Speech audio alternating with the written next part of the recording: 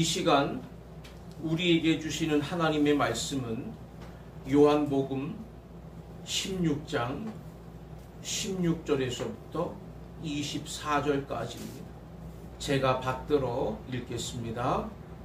조금 있으면 너희가 나를 보지 못하겠고 또 조금 있으면 나를 보리라 하시니 제자 중에서 서로 말하되 우리에게 말씀하신 바 조금 있으면 나를 보지 못하겠고 또 조금 있으면 나를 보리라 하시며 또 내가 아버지께로 감이라 하신 것이 무슨 말씀이냐 하고 또 말하되 조금 있으면이라 하신 말씀이 무슨 말씀이냐 무엇을 말씀하시는지 알지 못하노라 하거늘 예수께서 그 묻고자 함을 아시고 이르시되 내 말이 조금 있으면 나를 보지 못하겠고 또 조금 있으면 나를 보리라 함으로 서로 문의하느냐 내가 진실로 진실로 너희에게 이르노니 너희는 곡하고 애통하겠으나 세상은 기뻐하리라.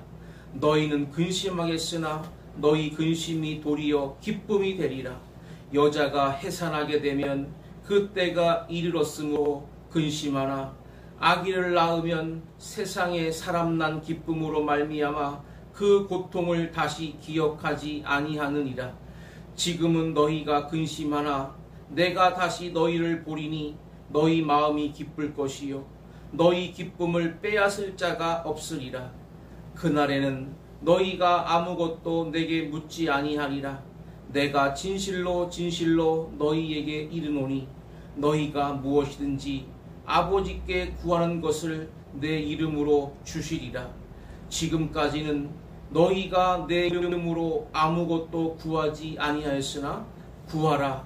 그리하면 받으리니 너희 기쁨이 충만하리라. 아멘. 오늘은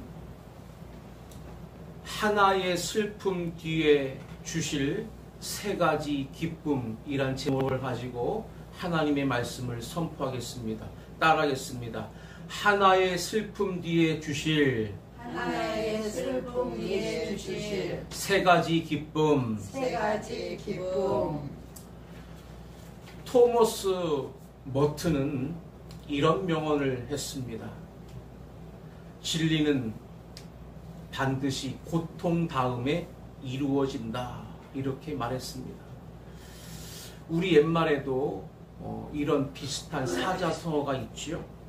고진감래라고 한자로 쓸고자, 다할진자, 달감, 올래 이런 단어를 쓰는데 흔히들 고생 끝에 낙이 온다.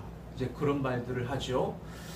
힘든 시기를 견디고 나면 반드시 좋은 일이 찾아온다는 긍정과 희망의 메시지를 담고 있는 한자 성어입니다.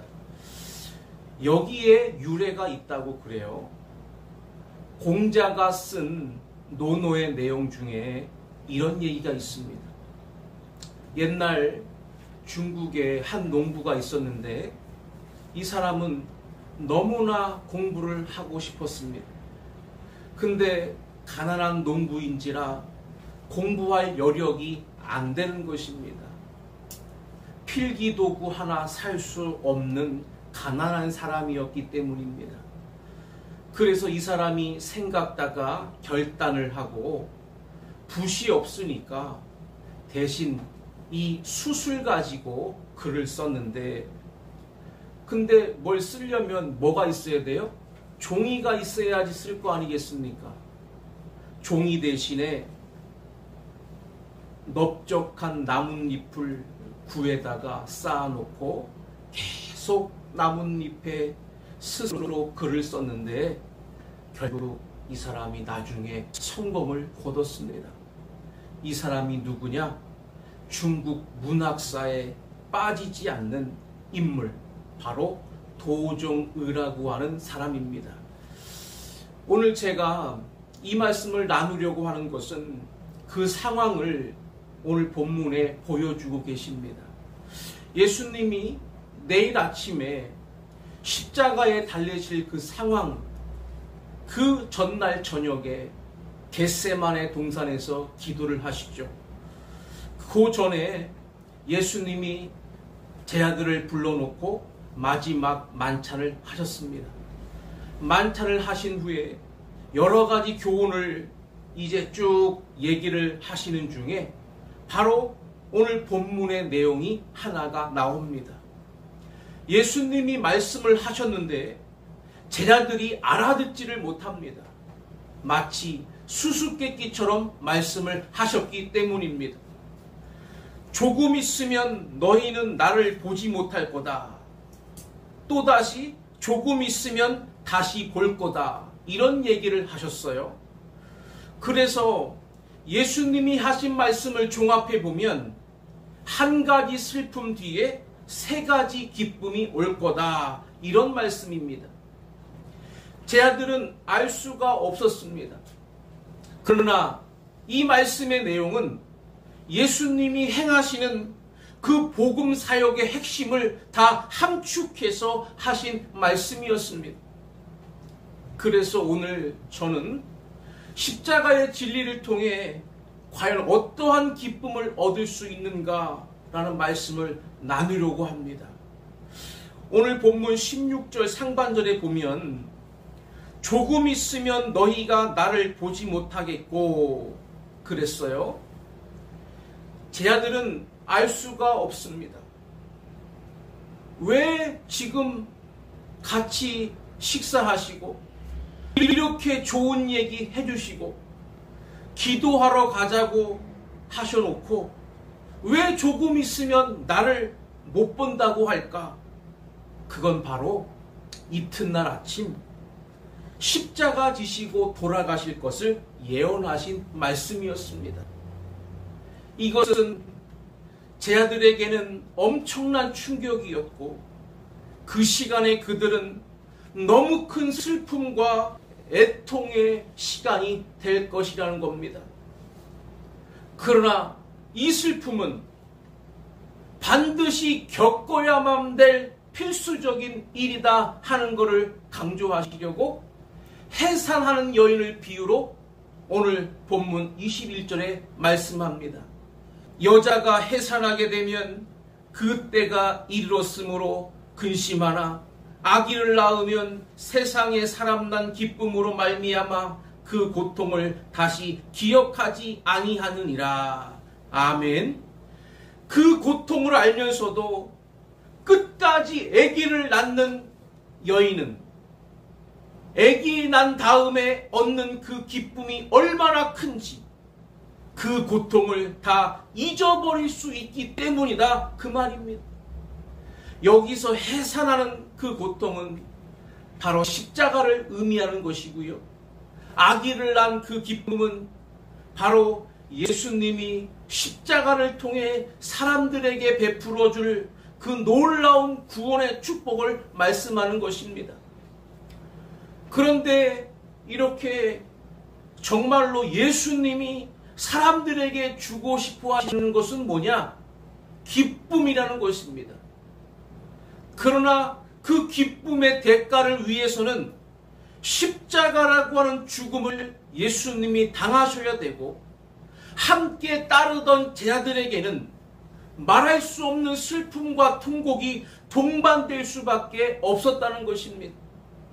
그래서 20절에도 그렇게 말씀했어요. 내가 진실로 진실로 너희에게 이르노니 너희는 곡하고 애통하겠으나 세상은 기뻐하리라. 악한 세상은 오히려 예수를 죽이는 것이 그들에게는 기쁨일 거라는 겁니다. 그러나 너희는 근심하겠으나 너희 근심이 도리어 기쁨이 되리라. 이렇게 말씀했어요. 십자가는 남의 문제가 아니라 저와 여러분들의 죄의 문제를 위해 예수님이 대신 희생하신 십자가인 줄로 믿으시기를 바랍니다.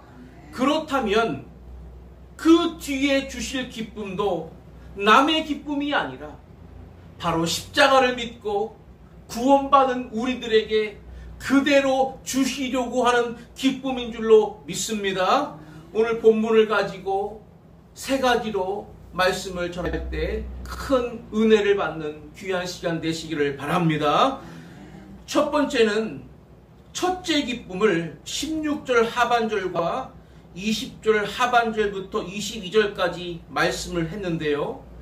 예수님이 죽음을 이기시고 부활하실 거라는 이 기쁨을 말씀한 겁니다. 따라하겠습니다. 예수님이 죽음을 이기시고 부활하신다.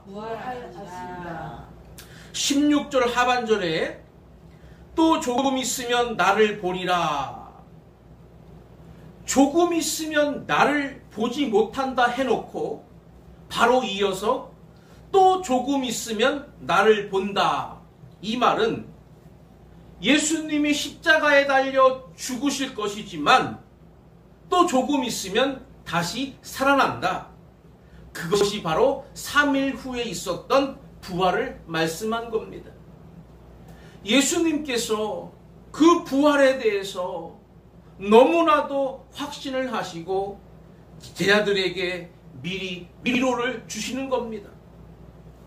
우리 22절을 우리 다 같이 함께 읽겠습니다. 시작.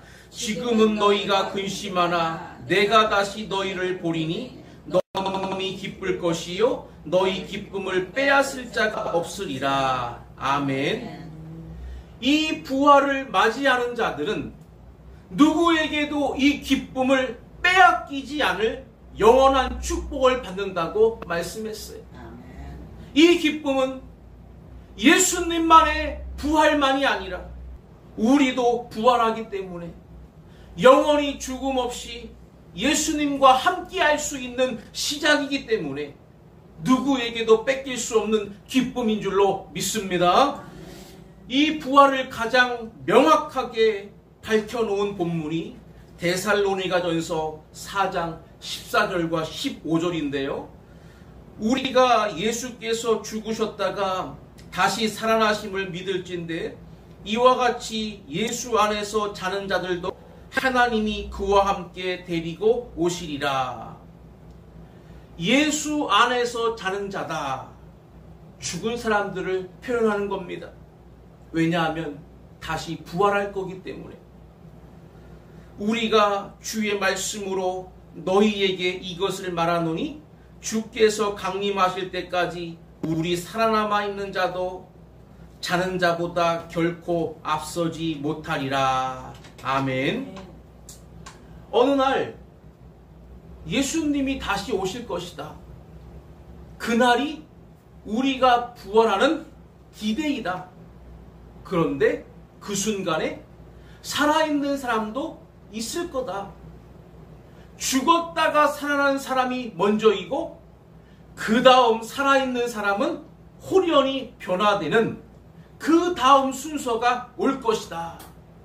그래서 데살로니가전서 4장 16절과 17절 이하에 보면 주께서 호령과 천사장의 소리와 하나님의 나팔 소리로 친히 하늘로부터 강림하시리니 그리스도 안에서 죽은 자들이 먼저 일어나고 그 후에 우리 살아남은 자들도 그들과 함께 구름 속으로 끌어올려 공중에서 주를 영접하게 하시리니. 아멘. 부활한 성도, 살아서 변화된 성도들이 휴거, 공중으로 끌어올려준다. 이 공중은 어떻게 예수님이 표현하셨느냐 하면 구름 속으로 끌어올려, 이렇게 말씀했어요. 이 구름이라고 하는 것은 대기권을 말합니다. 우리가 비행기 타고 올라가면 구름을 뚫고 올라가잖아요.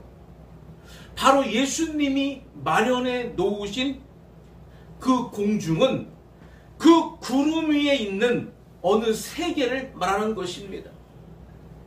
해외여행 한 번도 안 해보셨어도 그날만큼은 틀림없이 구름을 뚫고 공중으로 올라가서 예수님 만나는 여행을 하게 될 줄로 믿습니다.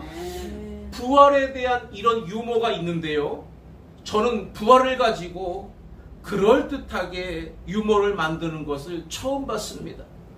다른 게 아니라 좀 지나간 시대 이야기입니다. 소련에 스탈린이라고 하는 사람이 있었잖아요. 아주 무서운 독재자고 또 유태인들의 원수라고 그러는 이 스탈린이 이제 죽고 나니까 그 후임 후르쇼프가 이제 이 스탈린의 시신을 안장을 해야 되겠는데 그 땅에다가는 하기 싫은 거예요.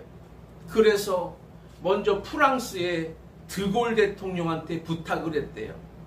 프랑스의 앙바리드라고 하는 국립묘지에 이 사람을 좀 묻어달라 그랬더니 아우 여기는 영웅들만이 있는 곳이라 안 된다고 거절을 했더래요. 그래서 미국의 워싱턴에 있는 엘링턴 국립묘지에다가 이 사람을 좀 묻게 달라고 부탁을 했더니 거기서도 안 된다는 거예요.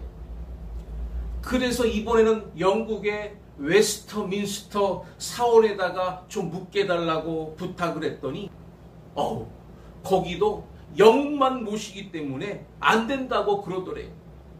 아무리 생각해도 갈 데가 없어 마지막으로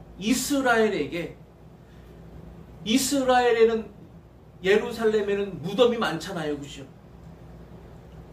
예루살렘에 어디 한 곳에 좀 묻었으면 좋겠어서 부탁을 했더니 선뜻 그러라고 그러더래요.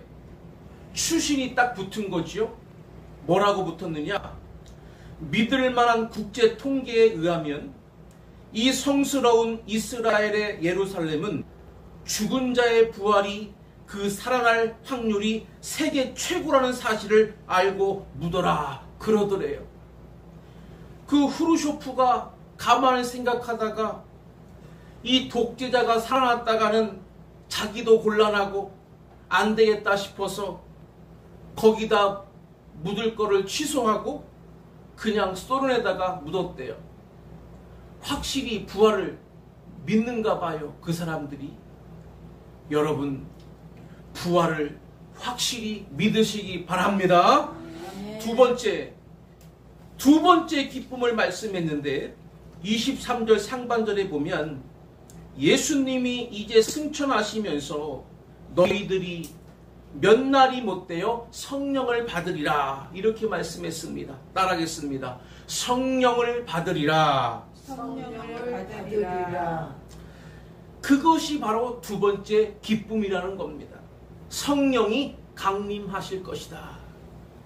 예수님께서 부활하시고 40일 동안 제자들을 만나면서 계속 설득을 했습니다.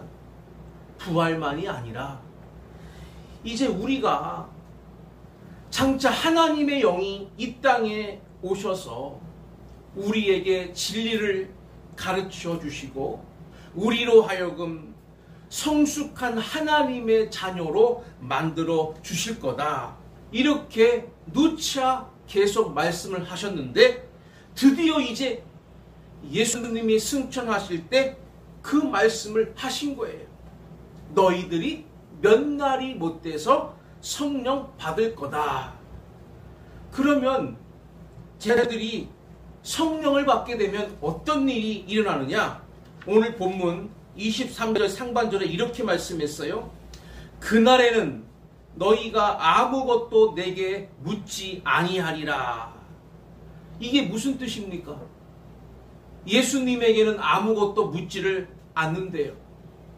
그 말은 바로 성령이 오시면 성령은 진리의 영이기 때문에 사람들의 마음에 성령이 임하신 사람마다 진리가 다 깨달아진다는 것입니다.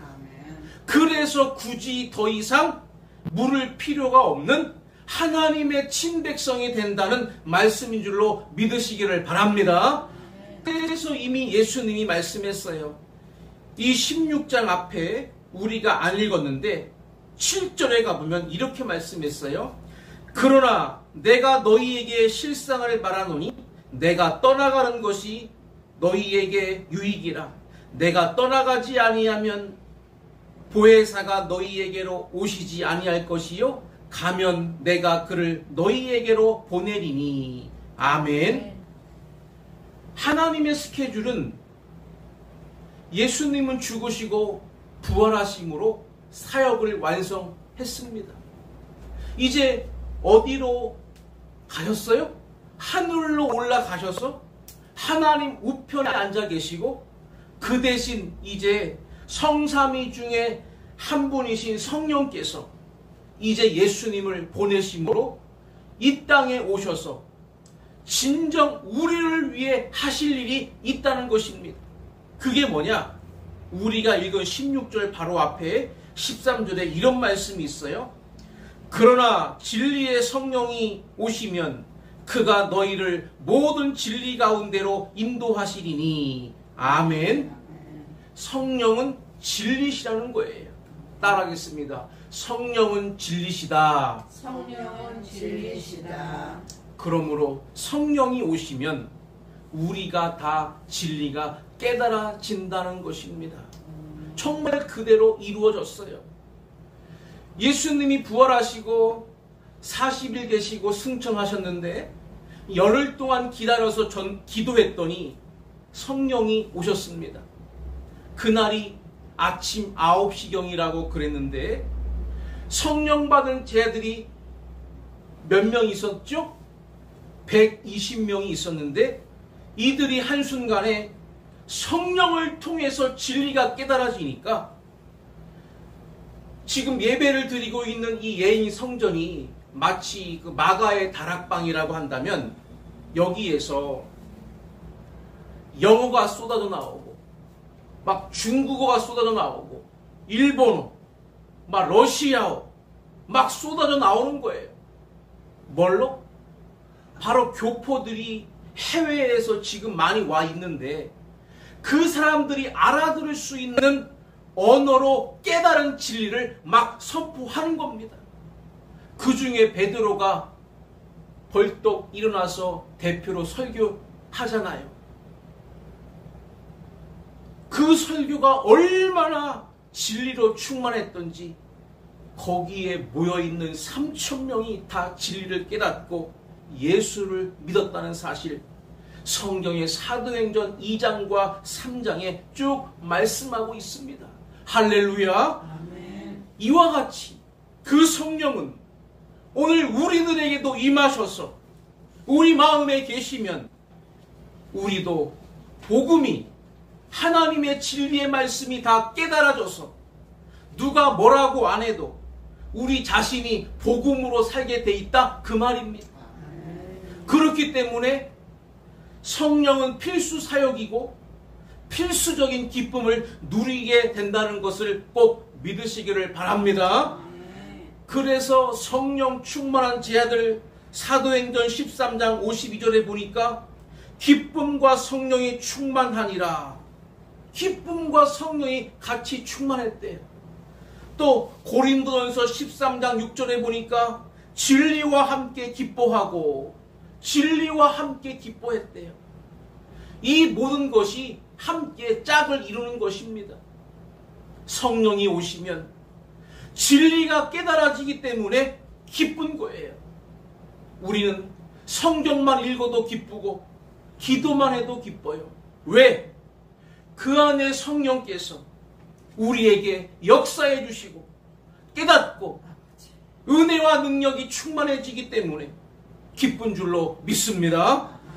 예수 믿고 거듭나서 첫 번째 마음에 다가오는 게 바로 이 기쁨이다 그 말입니다.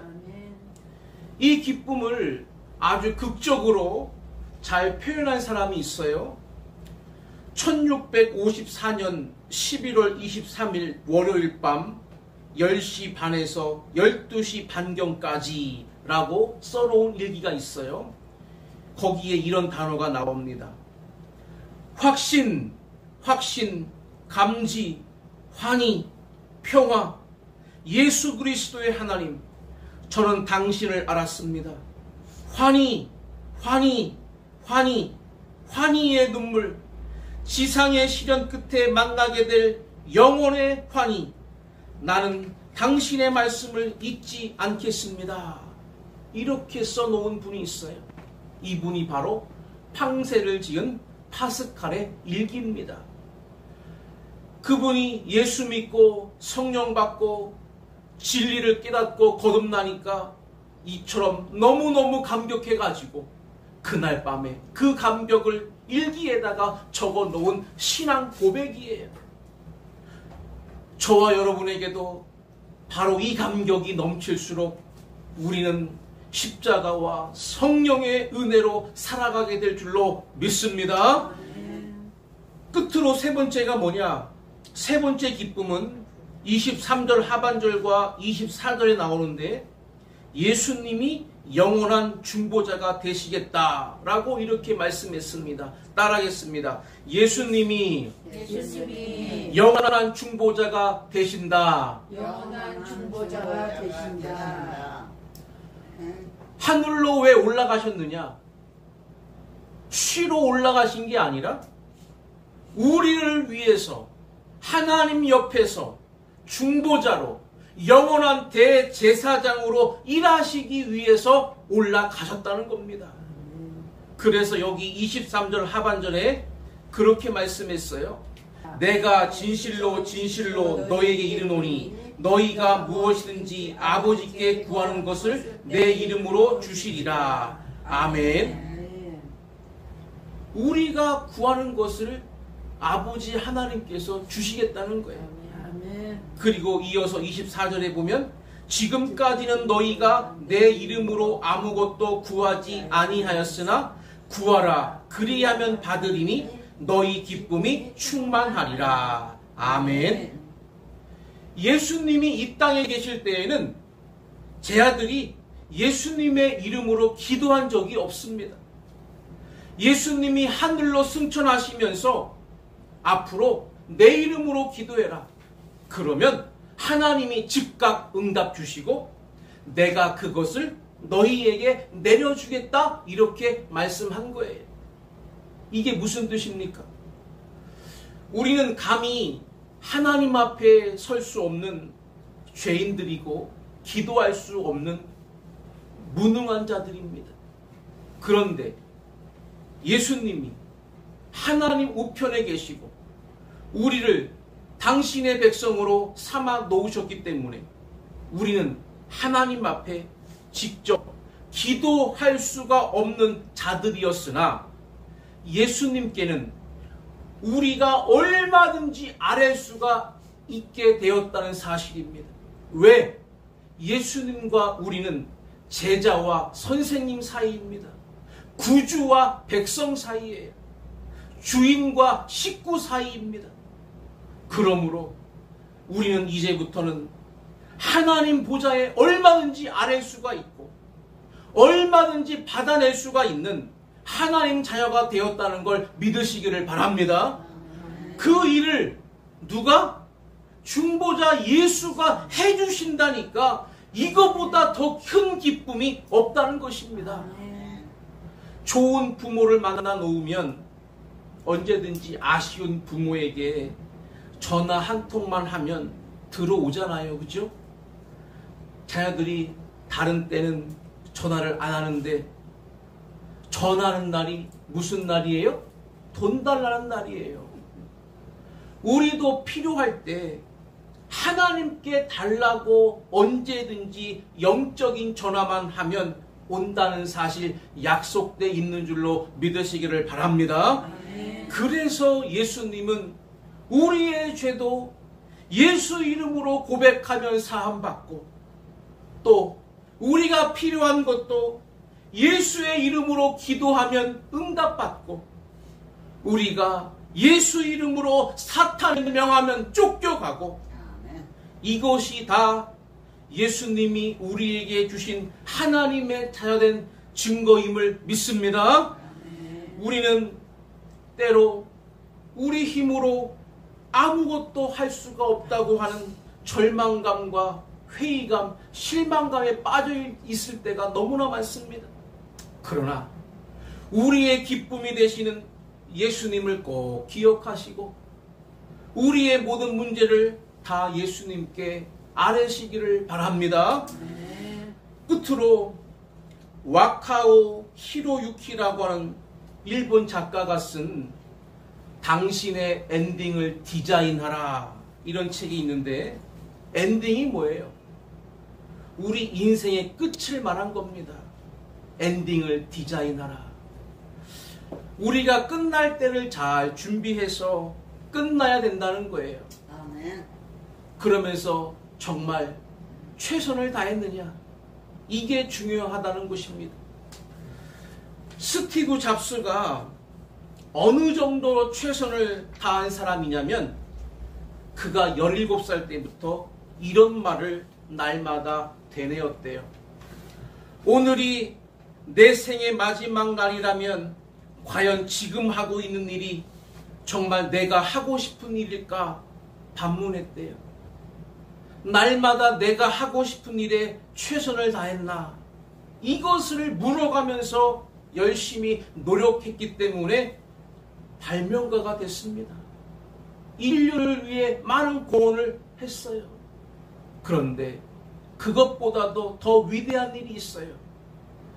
우리가 마지막 순간에 해피 엔딩을 해야 돼요. 그렇지 않습니까?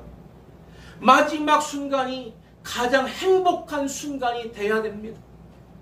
그 일을 위해 최선을 다해야 되는데 다른 게 없어요. 마지막에 행복하려면 우리가 십자가로 죄 씻어야 됩니다. 예수님의 부활을 믿고 우리의 저주를 풀어야 돼요. 그리고 성령을 통해서 진리를 알고 하나님 앞에 갈 수 있는 성숙한 성도가 돼야 되고, 마지막 예수님의 중보를 통해서 천국에 들어가서 영생을 누려야 될 줄로 믿습니다. 저와 여러분의 삶이 부디 이러한 해피엔딩의 삶이 되어지시기를 주의 이름으로 간절히 축원합니다.